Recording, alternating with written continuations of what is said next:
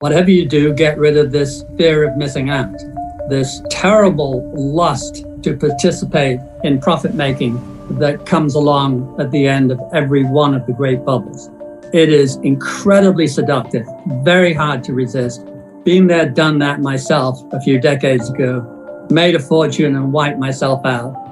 Very salutary. And I would wish on most of you that you avoid it. It's crossed off all the boxes. It's done all the things that a super bubble typically does, and it could start its way down anytime and perhaps a month ago. It needs a long bull market, and we had 11 years, so the longest in history. It needs a lot of crazy behavior, and we had some of the great crazy behavior of all time. I think they'll be telling these stories in 20 years. It needs to accelerate at the end of a bubble. It's something like 3 times the average rate of the bull market. And it did that. From COVID on upwards, the NASDAQ more than doubled, and it went up at well over 3 times the normal rate. And finally, a thing that is unique to the super bubbles, the 2 or 3 that just keep going and going, is that at the end, the speculative stocks start to peel off. And even on the upside, for the broad market, they start to go down.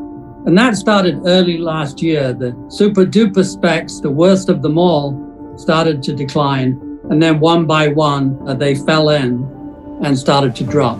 And as we sit today, something like 40% of all the NASDAQ stocks are down over 50%, which is pretty amazing since it's only the other day the S&P was at its all-time high in late December. Nothing is certain in life, but I would say that is the beginning of the burst when the specs that typically go up quite a lot more than the market go down as the market goes up. So the S&P went up 25% last year, and a lot of the most speculative stocks of 2020 were already going down. That is very rare. It happened in 1929. It happened in 1972 before the very big decline then. It happened in 2000 before the tech wipeout. So you're saying we are at the beginning of a crash?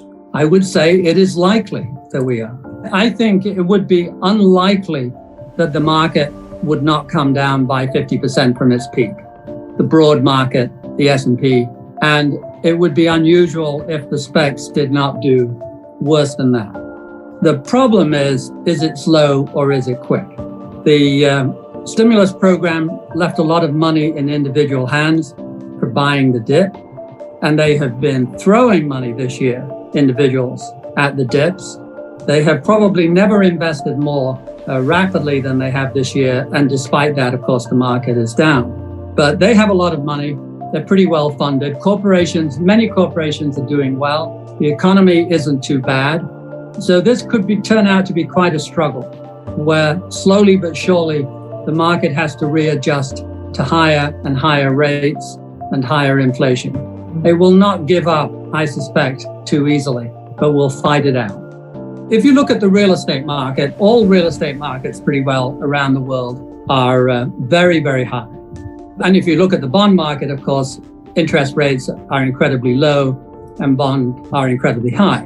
But when it comes to the stock market, rather like 2000 and the tech bubble, this is more an American affair than anything else. Outside America, the world is merely overpriced. Ho-hum. It's often overpriced. It's usually not that dangerous.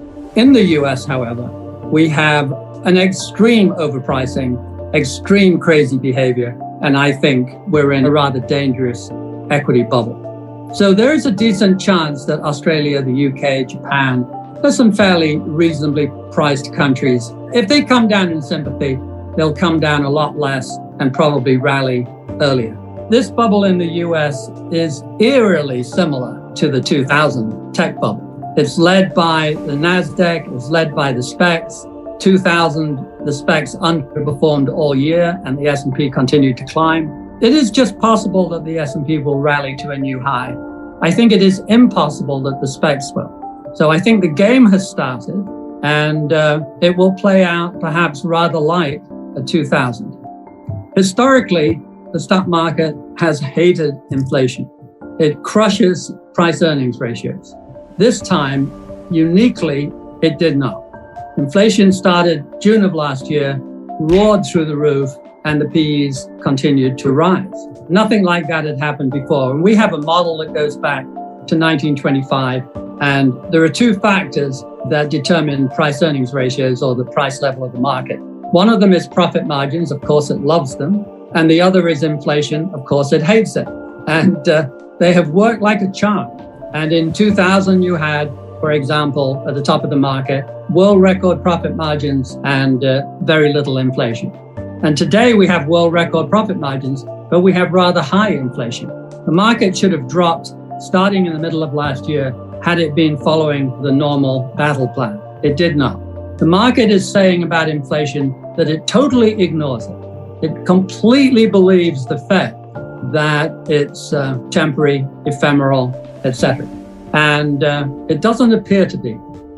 And if that seeps into the market in the usual way, it will mercilessly depress the price earnings ratios. And in the end, the Fed doesn't like to get on the bad side of the administration. Politically, inflation is death. The average person in the street notices it, measures it, if anything, exaggerates it. But even with that exaggeration, it's painful and politically very, very tough on the voting pattern. And therefore, the administration really wants to do everything it can to get inflation down. So it will be discreetly leaning on the Fed to do what it can. There are people who spend their entire lives watching the Fed and going into the nuances of quarter points and half points, and I do not. I am confident that they will move at the stronger end of the range. I am confident they will try very hard to make sure that inflation does not become embedded. I'm also confident that that will be difficult because we're very short of labor, we're running very scarce, and wage rates will start to come through the system in the US increasingly for the next few months. That makes it very difficult to control inflation. So it will be quite a struggle, and the Fed will have to raise the rates quite a bit.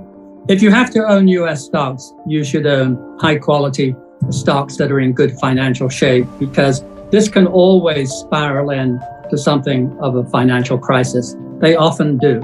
I would emphasize, in general though, non-US stocks. And quite a few countries, as I said, are not that bad. Emerging markets has some overhang problems. If the US goes and commodities are high priced, it's a mixed blessing at best for them. But they're very, very cheap. And in the end, cheapness usually trumps everything else. So emerging markets, some of the cheaper developed countries would be very much better idea than a massive holding of US equities. I think it is ending. I'm trying to write a paper which is basically the end of the golden era, or Goldilocks and three hungry bears. Everything has been different for the 20 years of the 21st century. The PEs average not just a little bit higher, but 50-60% higher. Profit margins average 30-35% higher than they had in the previous 50-60 years. Everything seemed to work out. Corporations got a lot of political power. The taxes on capital all dropped. Tax on dividends, tax on interest rates, tax on capital gains all came down. Most of the regulatory bodies were somewhat captured by corporations, and they have had a golden era. We've never seen bigger profits. The concentration in each industry has increased, and the FANGs that are remarkable companies are in their own way instant monopolies. So the monopolistic feature of our economy today, and somewhat around the world, has increased. This is very good for profits. It's not so good for growth. And the governments are beginning to twitch a bit. I don't think they're assets.